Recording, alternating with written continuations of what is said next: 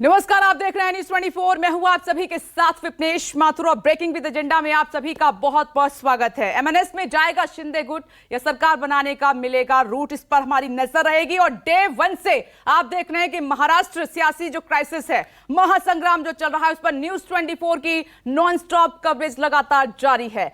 Breaking with agenda में आज भी चर्चा का विषय है महाराष्ट्र का सियासी संकट, क्योंकि महाराष्ट्र और गुवाहाटी से चल रही सियासी लड़ाई पर आज सुप्रीम सुनवाई है। शिंदे पक्ष की 2 याचिकाओं पर आज सुप्रीम कोर्ट में सुनवाई होनी है। अब नजर सर्वोच्च अदालत पर है, तो डिप्टी स्पीकर ने 16 विधायकों को अयोग्य घोषित करने के लिए उनसे शाम 5:30 बजे तक जवाब मांग लिया है। इन सबके बीच एकनाथ शिंदे के राज ठाकरे से फोन पर बात करने को लेकर भी सियासत गर्म है, जिसके अलग अलग मायने भी निकाले जा रहे हैं। तो राज्यपाल ने बागियों की सुरक्षा पर जो जवाब मांगा था, उसका जवाब डीजीपी ने दिया है। गुवाहाटी में शिंदे गुट के पास लगातार विधायकों की संख्या बढ़ती ही चली जा रही है। आज एक और झटका शिवसेना को लगने की आशंका जताई जा रही है और स्पीचवार पलटवार का सिलसिला लगातार जारी है। तो आदित्य और उद्धव ठाकरे खुद मोर्चा संभालने के लिए मैदान में उतर गए हैं। क्या आज सुप्रीम सुनवाई से आगे की पिक्चर क्लियर हो जाएगी? इसी मुद्दे पर करेंगे बड़े पैनल के साथ बड़ी चर्चा। और दिल्ली, मुंबई से लेकर गुवाहाटी तक क्या हलचल है, और बड़ी खबर स्पीच आपकी टीवी स्क्रीन पर। शिंदे गुट की याचिका पर आज सुप्रीम कोर्ट में सुनवाई होनी है। शिंदे गुट ने डिप्टी स्पीकर के नोटिस को दी है चुनौती और सुप्रीम कोर्ट से अयोग्य ठहराने की कार्रवाई पर रोक की मांग की है। सुप्रीम कोर्ट में कपिल सिब्बल भी शिवसेना का पक्ष रखेंगे। सुप्रीम कोर्ट में डिप्टी स्पीकर का पक्ष रविशंकर रखेंगे और सुप्रीम कोर्ट में एकनाथ शिंदे का पक्ष रखेंगे हरीश साल्वे। सुप्रीम कोर्ट से प्रभाकर मिश्रा मेरे साथ मौजूद हैं। तो प्रभाकर, आज सुप्रीम कोर्ट पर है सबकी नजर। अब शिंदे गुट को यह उम्मीद होगी कि जो उन्होंने मांग की है वो पूरी हो जाए, लेकिन दूसरी तरफ अब सुप्रीम कोर्ट तय करेगा कि आगे क्या होने वाला है।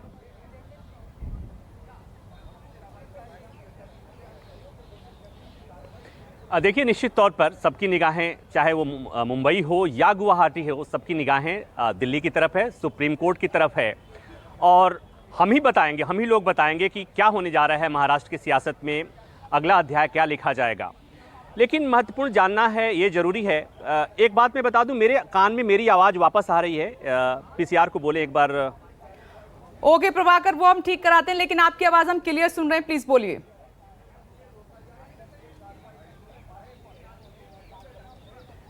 तो आज जो याचिका है वो 2 याचिका है। एक एकनाथ शिंदे की याचिका है और दूसरी 15 विधायकों की और जो उनके खेमे के लोग हैं उनकी याचिका है।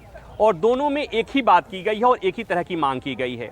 बात ये की गई है कि नरहरि जरवले जो डिप्टी स्पीकर हैं, जिन्होंने एंटी डिफेक्शन के तहत विधायकों को नोटिस जारी किया है एकनाथ शिंदे के तरफ के खेमे के लोगों को, तो वो उस पर सवाल खड़ा किया गया है कि चूंकि एकनाथ शिंदे धड़े ने पहले ही डिप्टी स्पीकर के रिमूवल का नोटिस जारी कर दिया था, उनके एक प्रस्ताव पारित कर दिया था, तो जिस डिप्टी स्पीकर के खिलाफ रिमूवल का नोटिस पहले से पेंडिंग हो, प्रस्ताव पहले से पेंडिंग हो, क्या डिप्टी स्पीकर को ये अधिकार है कि वो एंटी डिफेक्शन के तहत विधायकों को नोटिस जारी कर सकता है?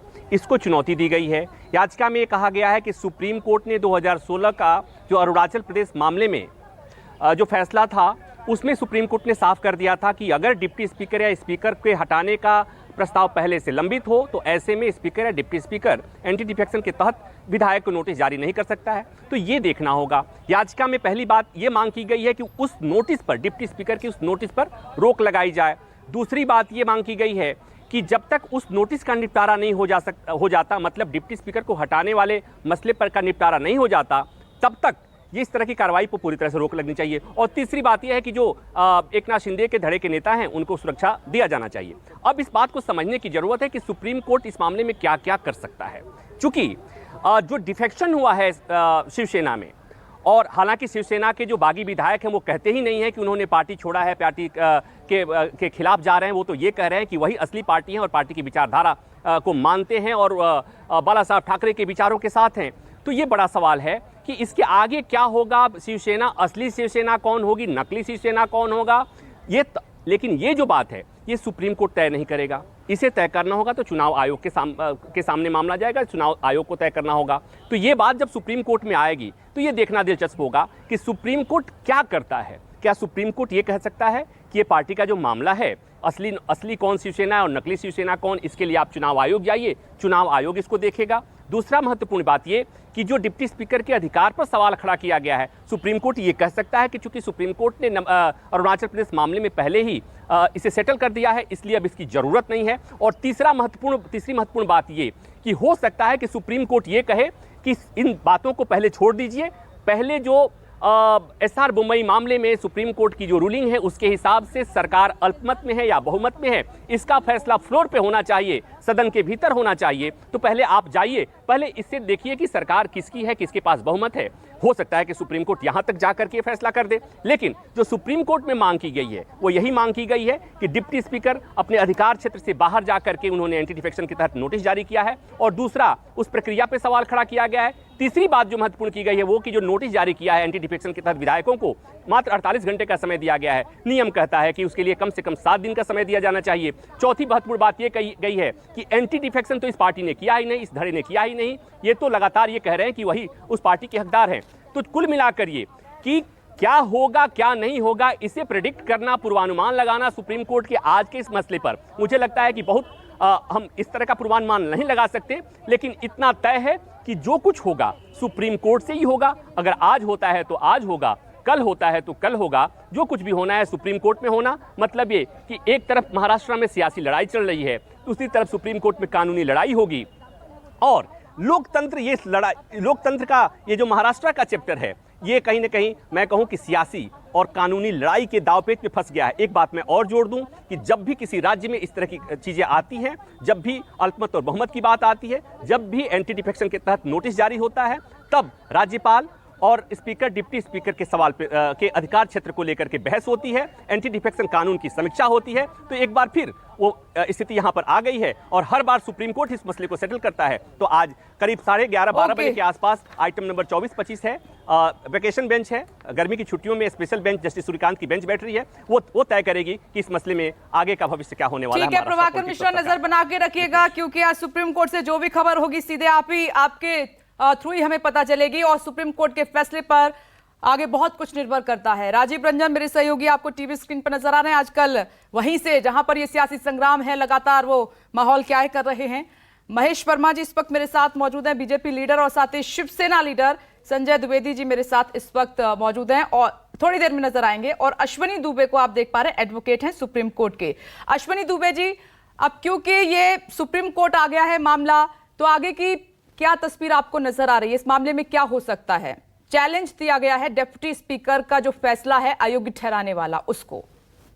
देखिए, बिल्कुल प्रभाकर जी ने सही बात कही कि सुप्रीम कोर्ट ने अपने लैंडमार्क जजमेंट अरुणाचल प्रदेश के केस में साफ तौर पर कहा है कि अगर डेप्यूटी स्पीकर के रिमूवल का नोटिस खुद ही पेंडिंग हो तो डेप्यूटी स्पीकर दूसरे रेबल एमएलएस के डिस्क्वालिफिकेशन को डिसाइड नहीं कर सकते, पहला। दूसरा, डिस्क्वालिफिकेशन में एक जो मेजर इशू ये लेकर आ रहे हैं anti party activity. Anti party activity मैं एक कानून का विद्यार्थी होने के नाते तब समझता जब ये जो रेबल एमएलएज हैं वो रेबल एमएलएज शिवसेना के खिलाफ, शिवसेना की आइडियोलॉजी के खिलाफ, शिवसेना के कॉन्स्टिट्यूशन के खिलाफ, या शिवसेना के जो लीडर हैं उनके खिलाफ, खास तौर से बाला साहेब ठाकरे जी के खिलाफ बोलना शुरू कर दे।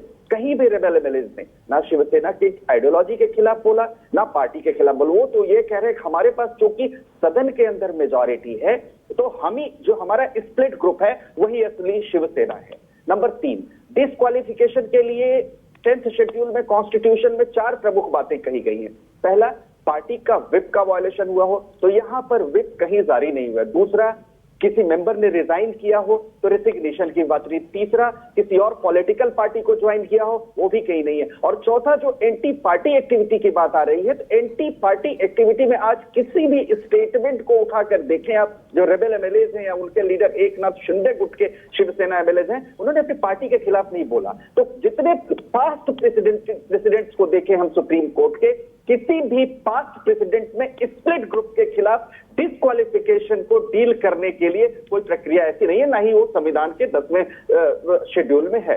तीसरी बात जो आती है वो आती है अरुणाचल प्रदेश की जजमेंट, वो लैंडमार्क जजमेंट आएगी। क्योंकि डेप्यूटी स्पीकर की अथॉरिटी खुद अंडर चैलेंज है, इसलिए डेप्यूटी स्पीकर एक बायस और पार्टी हो गए इस पिटीशन में।